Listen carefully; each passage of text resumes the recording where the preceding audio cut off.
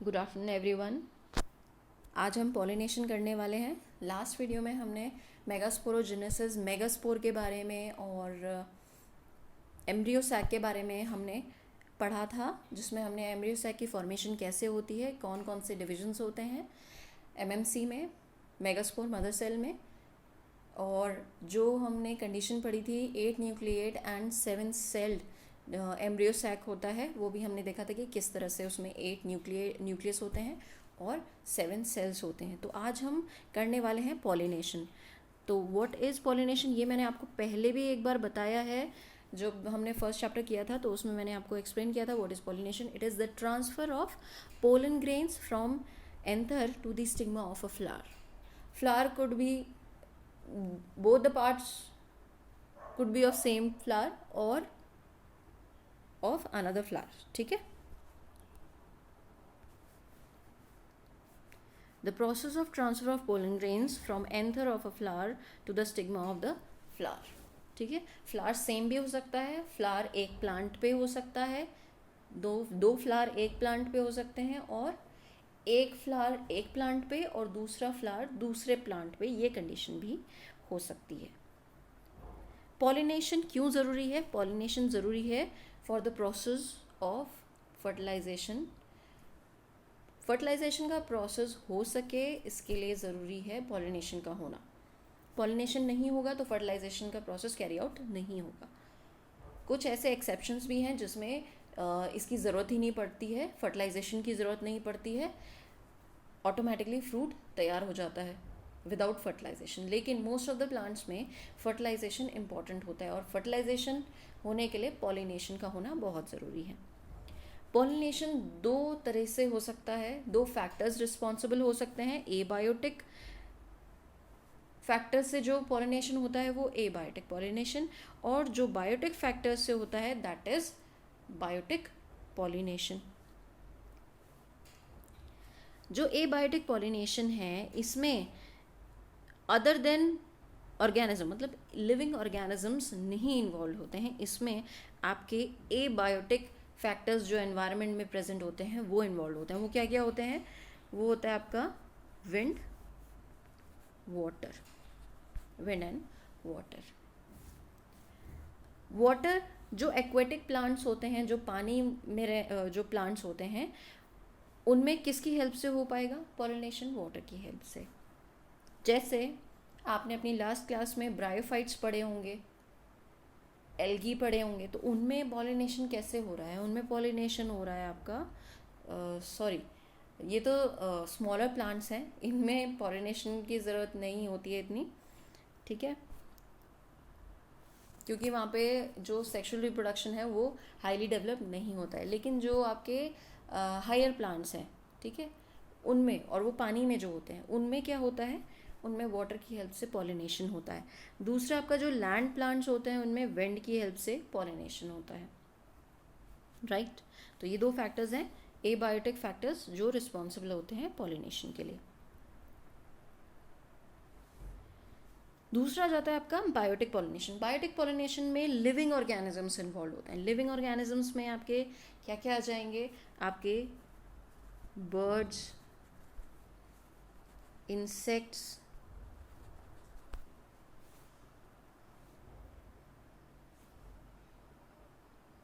और क्या आ सकते हैं? एनिमल्स,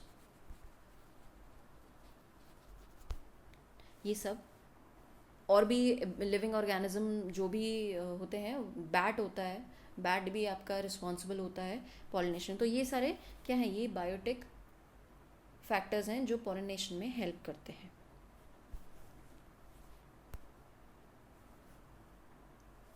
नेक्स्ट आते हैं हम टाइप्स ऑफ पॉलिनेशन पे। टाइप्स ऑफ पॉलिनेशन, पॉलिनेशन दो तरह से हो सकता है। एक जो नेचुरली हमारे एनवायरनमेंट में हो रहा है, दूसरा हम अपने डिज़ायरेबल, जो जैसी हमारी डिज़ायर है उसके अकॉर्डिंग साइंटिस्ट पॉलिनेशन करवाते हैं। तो वो जो डिज़ायरेबल पॉलिनेशन है वो आपका कौन सा पॉलिनेशन है? That is induced pollination. तो दो तरह से हो सकता है, नेचुरल और induced. Natural that occurs naturally in the environment, और दूसरा इंड्यूस्ड आर्टिफिशियल मीन्स, इसको हम मैन मेड भी मैन मेड भी कह सकते हैं इस वाले इंड्यूस्ड पॉलिनेशन को। तो जो नेचुरल पॉलिनेशन है वो आपका दो तरह से हो सकता है, self pollination and cross pollination. Self pollination में आपका क्या होता है, सेल्फ पॉलिनेशन मतलब अपने आप, सेल्फ पॉलिनेशन मतलब खुद से। ये दो तरह से हो सकता है। सबसे पहले हम इसकी डेफिनेशन देख लेते हैं क्या होता है। The pollination of a flower by pollen of the same flower और from another flower on the same plant, that is known as self pollination। दो कंडीशन है, आप ध्यान दीजिएगा।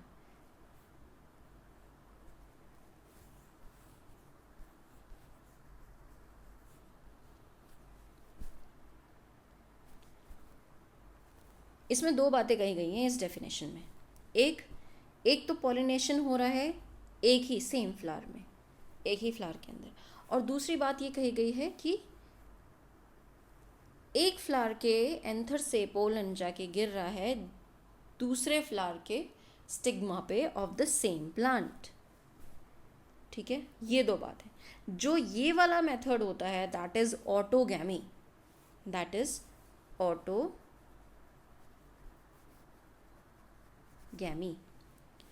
और ये वाला होता है आपका दिस ज़ीटोनोगैमी।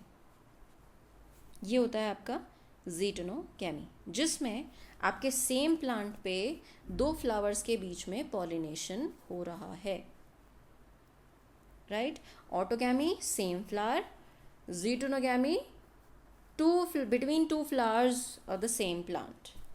ठीक है, between two flowers of the same plant. तो ये दो टाइप होते हैं सेल्फ पॉलिनेशन के। अब हम फर्दर इन्हीं को ही पढ़ने वाले हैं, किस तरह से होता है इनमें। राइट, यहाँ देख लीजिए, ये एक आपको दिख रही है इमेज।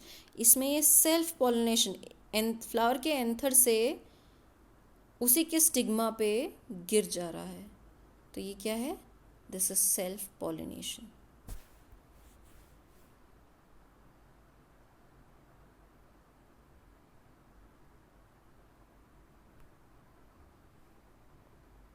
ठीक है, आप देख सकते हैं, ये बहुत अच्छे से आपको समझ में आ रहा होगा सेल्फ पॉलिनेशन। नेक्स्ट आ जाते हैं हम टाइप्स ऑफ सेल्फ पॉलिनेशन। सबसे पहला है इसमें autogamy. Autogamy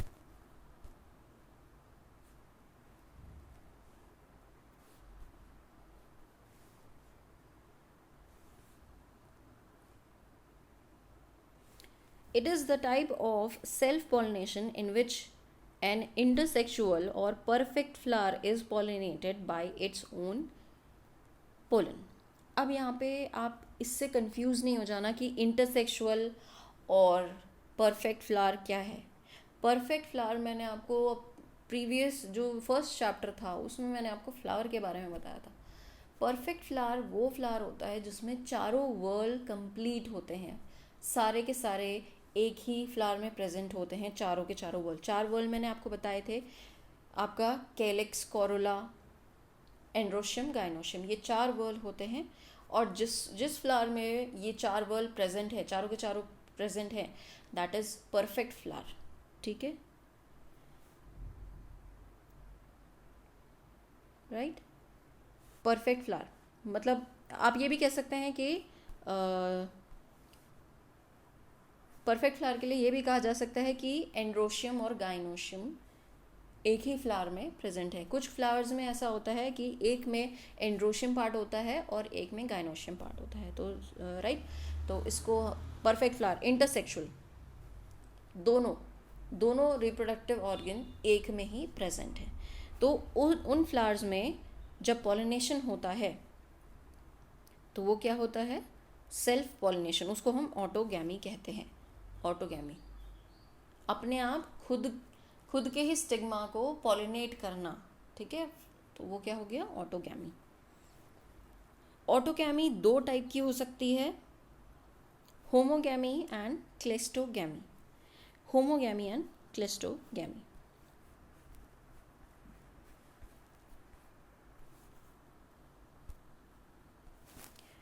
The anther and stigma of chasmogamous or open flower are brought together by growth and bending और folding। ये जो होमोगैमी है इसको आप कहीं कहीं पर दूसरे नाम से भी जानेंगे,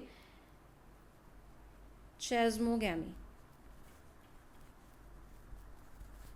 चैज़मोगैमी इस नाम से भी आपको देखने को मिलेगा। तो चैज़मोगैमस फ्लावर्स वो होते हैं जो ओपन होते हैं, राइट। ओपन होने के बाद उनमें पॉलिनेशन होता है,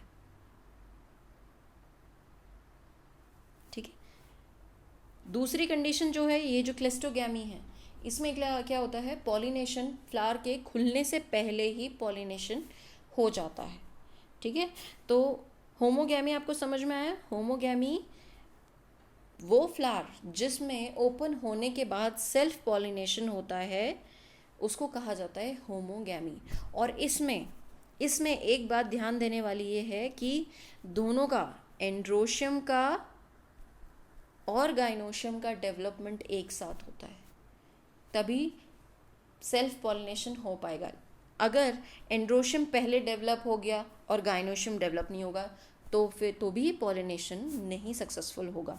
तो ये इसकी कैरेक्टरिस्टिक है कि एंड्रोशियम और गाइनोशियम एक साथ एक तरीके से, मतलब कंपैटिबिलिटी दोनों की इस तरह से होती है कि पॉलिनेशन हो जाए, ठीक है। तो ये होता है आपका होमोगैमी और चैज़मोगैमी। दूसरा आता है आपका क्लेस्टोगैमी। क्लेस्टोगैमी मैंने अभी भी बताया आपको कि फ्लावर के खुलने से पहले ही पॉलिनेशन हो चुका होता है उस फ्लावर में, right. In cleistogamous flowers the anther dehisces मतलब पॉलन ग्रेन्स का बाहर आ जाना। जब बाहर आ जाते हैं तो उसको डेहिशंस बोलते हैं, मैंने आपको बताया था पहले भी। Inside close flower, growth of the style brings the pollen grains in contact with the stigma, pollination and seed set are assured, तो pollinators are not required here,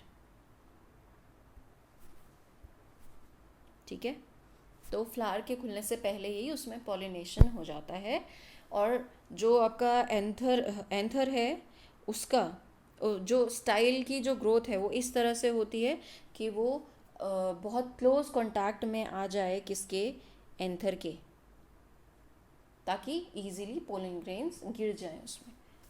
तो ये होता है आपका क्लेस्टोगैमी। तो सेल्फ पॉलिनेशन के दो टाइप हैं आपका, सेल्फ पॉलिनेशन नहीं, ऑटोगैमी। ऑटोगैमी के दो पार्ट हैं, दो टाइप हैं। होमोगैमी जिसको हम चैज़मोगैमी भी बोलते हैं, जिसमें फ्लावर के ओपन होने के बाद सेल्फ पॉलिनेशन होता है, जिसका एग्जाम्पल है पी, बीन्स, हिबिस्कस। ये दूसरा है क्लेस्टोगैमी। क्लेस्टोगैमी में फ्लावर के ओपन होने से पहले ही क्या होता है, पॉलिनेशन हो चुका होता है। इसका जो आपका एग्जाम्पल है ऑक्सैलिस। ऑक्सैलिस आपने देखी होगी, छोटी छोटी ग्रास उग जाती है, कुछ इस टाइप की ग्रास होती है।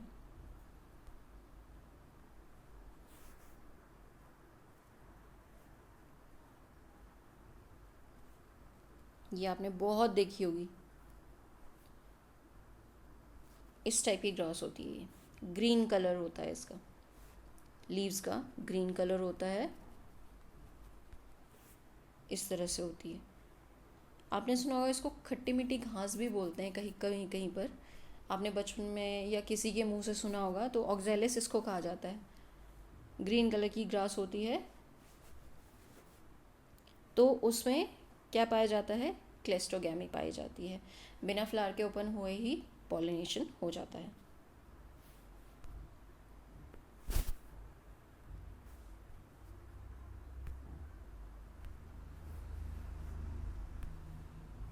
नेक्स्ट जो सेकेंड टाइप है आपका, वो है आपका ज़ीटोनोगैमी। पहला तो सेल्फ पॉलिनेशन का हो गया ऑटोगैमी, जिसके दो पार्ट थे, होमोगैमी या चैज़मोगैमी, और दूसरा था क्लिस्टोगैमी। अब आ जाते हैं सेल्फ पॉलिनेशन के दूसरे टाइप पे, जीटेनोगैमी। जीटेनोगैमी में क्या होता है, same plant but flowers are different. ठीक है, same plant but flowers are different. तो यहाँ पे ध्यान से सुनेगा,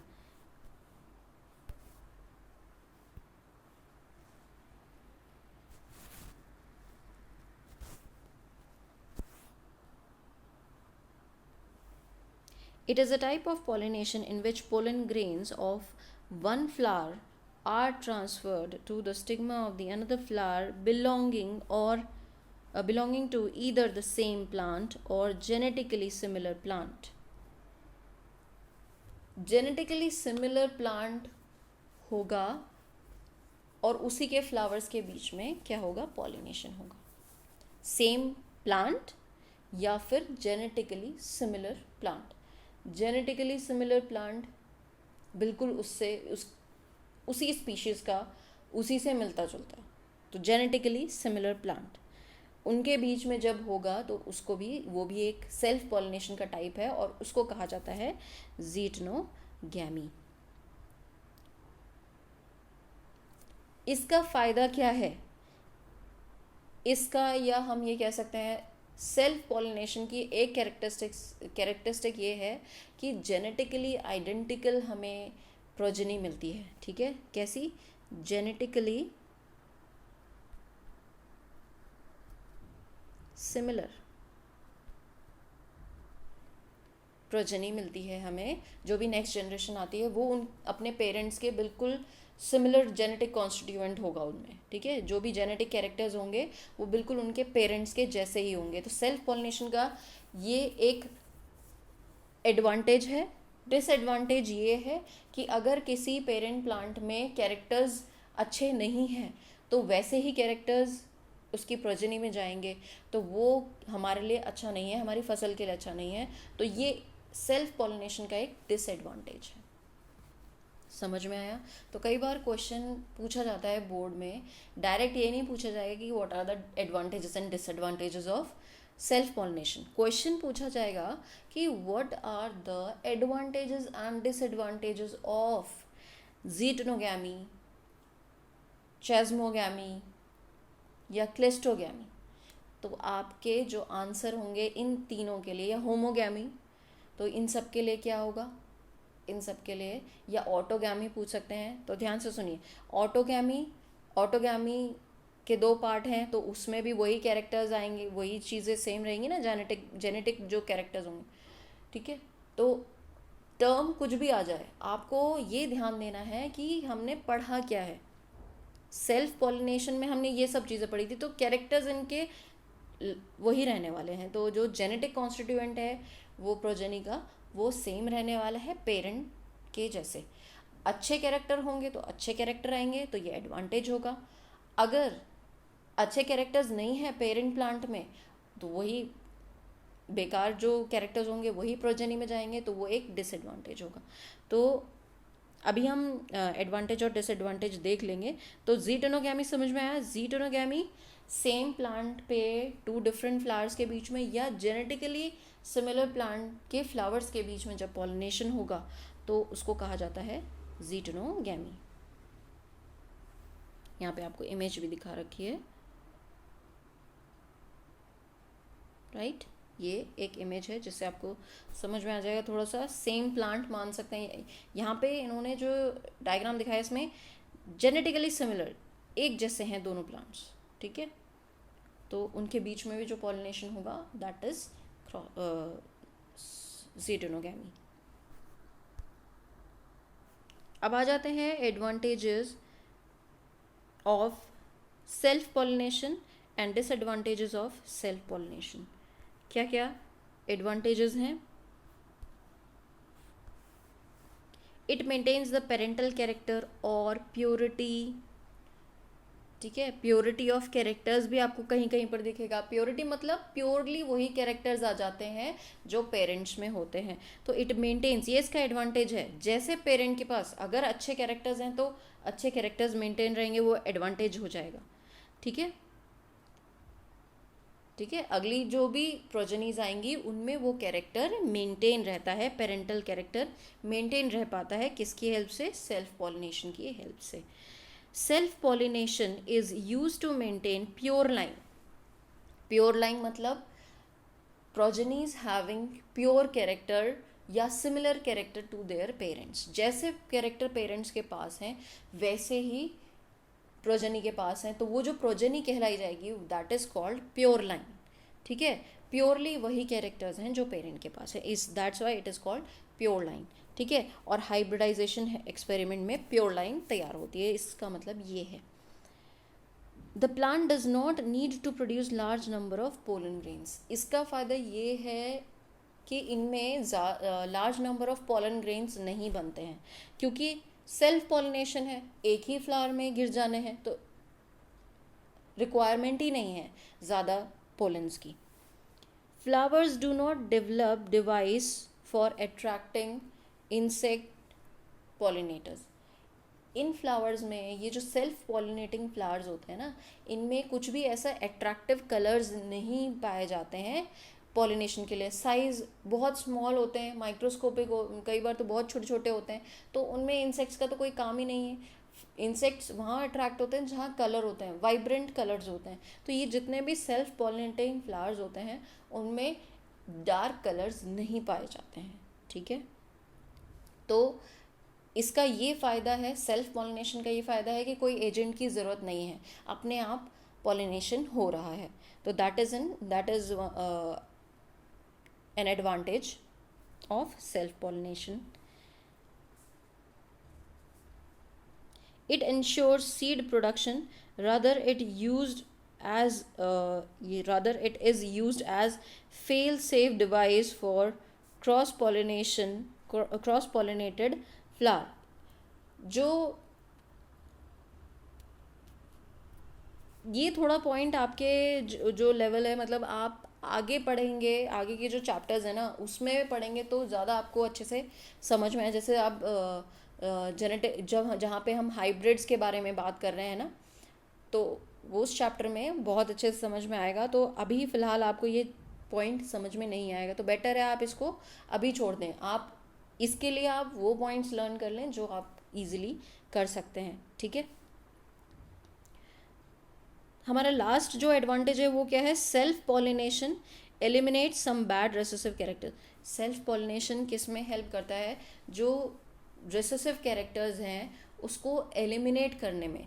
तो जितना ज़्यादा ऐसा होता है कि जब प्लांट में सेल्फ पॉलिनेशन जितना ज़्यादा होता है तो उससे चांसेस होते हैं जो रेसेसिव कैरेक्टर्स होते हैं वो निकल, रेसेसिव मतलब जो शो नहीं होते हैं किसी जनरेशन में। ठीक है, तो वो क्या होते हैं, वो निकलते जाते हैं इस प्रोसेस से, सेल्फ पॉलिनेशन से। तो ये पॉइंट भी आपको ज़्यादा अच्छे से तब आएगा जब आप जेनेटिक्स पढ़ेंगे, तब आपको समझ में आएगा कि ये एक्चुअली क्या है, रेसेसिव कैरेक्टर्स, डोमिनेंट कैरेक्टर्स। हालांकि आपने अपनी 10th क्लास में भी पढ़ा है ये, बट कुछ ही बच्चे होते हैं जो इस चीज़ को याद रख पाते हैं कि रेसेसिव कैरेक्टर्स क्या हैं, डोमिनेंट कैरेक्टर्स क्या है। तो ये इसका एडवांटेज था सेल्फ पॉलिनेशन का। अब आ जाते हैं डिसएडवांटेज में। डिसएडवांटेज क्या है? New useful characters are seldom introduced. जो नए कैरेक्टर्स हैं वो नहीं आ पाते हैं। ठीक है, कैरेक्टर्स इंड्यूस नहीं किए जा सकते हैं सेल्फ पॉलिनेशन के मेथड में। Vigour and vitality of the race decreases. जो पावर, मतलब जो कैरेक्टर्स, डोमिनेंट कैरेक्टर्स जो होते हैं वो कई बार कुछ केसेस में क्या होते हैं, अगर किसी प्लांट में आपके कैरेक्टर्स अच्छे हैं ही नहीं लेकिन वो सेल्फ पॉलिनेट करता है प्लांट, तो उस केस में क्या होगा, जो वायबिलिटी है उस प्लांट की, उसके जो जेनेटिक कैरेक्टर्स हैं उनकी जो भी वायबिलिटी है वो क्या होगी, वो डिक्रीज़ कर जाती है। ठीक है, वो डिक्रीज़ करने लगती है जैसे जैसे प्रोजनी आगे बढ़ती है। तो हमें जो नेक्स्ट जो प्रोजनी मिलती हैं वो क्या होती हैं, वो बहुत वीक होती हैं, उनमें कैरेक्टर्स नहीं होते हैं अच्छे, तो विगर और वाइटलिटी उसकी डिक्रीज़ हो जाती है। इम्यूनिटी टू डिजीज़ डिक्रीज़ हो जाती है। अगर कोई प्लांट में इम्यूनिटी नहीं है पेरेंट प्लांट में, तो वही चीज़ उसके नेक्स्ट प्रोजेनीज में जाने वाली है। तो जब ऐसा है तो दूसरा प्लांट भी, जो नेक्स्ट जो प्रोजेनी है, वो भी डिजीज़ के लिए रेजिस्टेंट नहीं होगी। तो ये एक नुकसान है सेल्फ पॉलिनेशन का। Variability and hence adaptability to changed environment also reduces। ये एक environmental adaptation होती है कि अगर कोई प्लांट किसी environment में अच्छे से अडेप्ट कर सकता है, मतलब environmental condition adverse हो सकती हैं, जैसे बहुत ज़्यादा ड्रॉट कंडीशन आ गई, या सॉइल में एसिडिटी हो गई, ठीक है, एसिडिक कंटेंट बढ़ गए सॉइल के, या ड्रॉट आ गया, या टेम्परेचर बहुत ज़्यादा हो गया, पानी की कमी है, स्कैरसिटी ऑफ वाटर है, तो ये क्या है, ये एडवर्स कंडीशन है। जो प्लांट इन एडवर्स कंडीशन में सरवाइव करेगा, इट मीन्स उसके जो कैरेक्टर्स हैं वो बहुत स्ट्रॉन्ग हैं, उसके जो फिज़िकल कैरेक्टर्स हैं बहुत ज़्यादा स्ट्रॉन्ग हैं, तो वही चीज़ उसके प्रोजेनी में जाएगी। लेकिन अगर कोई प्लांट उनको उस एनवायरनमेंट में अडेप्ट नहीं कर पा रहा है, तो उसके आगे आने वाली प्रोजेनीज भी वीक होंगी। तो ये इसके डिसएडवांटेज हैं, ठीक है। तो एडवांटेजेस और डिसएडवांटेजेस आप पढ़ लीजिए इसको ध्यान से। आसान है, मुश्किल नहीं है। क्वेश्चन इस तरह से आएगा कि what are the advantages and disadvantages of geitonogamy या क्लेस्टोगैमी, चेज़्मोगैमी या होमोगैमी, ऑटोगैमी।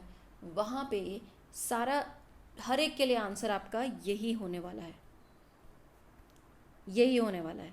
क्योंकि हम किसके टाइप, ये सब टाइप्स किसके हैं, सेल्फ पॉलिनेशन के, तो सभी में ही ये प्रॉब्लम रहने वाली है, या एडवांटेजेस सभी में ही ये रहने वाले हैं, और डिसएडवांटेजेस सभी टाइप्स के लिए यही रहने वाले हैं सेल्फ पॉलिनेशन के, ठीक है। तो आंसर यही रहने वाला है। तो मैं आपको बार बार बोल रही हूँ, एक ना एक क्वेश्चन क्लिस्टोगैमी, ज़ीटोनोगैमी, चेज़्मोगैमी ज़रूर डेफिनेटली आता है। 1 वर्ड में आ जाएगा, नहीं तो 2 वर्ड में आ जाएगा, लेकिन आता ज़रूर है। तो ये बहुत इम्पॉर्टेंट है। तो आज के लिए इतना काफ़ी है, इतना सफिशिएंट है। नेक्स्ट वीडियो में हम क्रॉस पॉलिनेशन को स्टार्ट करेंगे। That's all, thank you, have a nice day.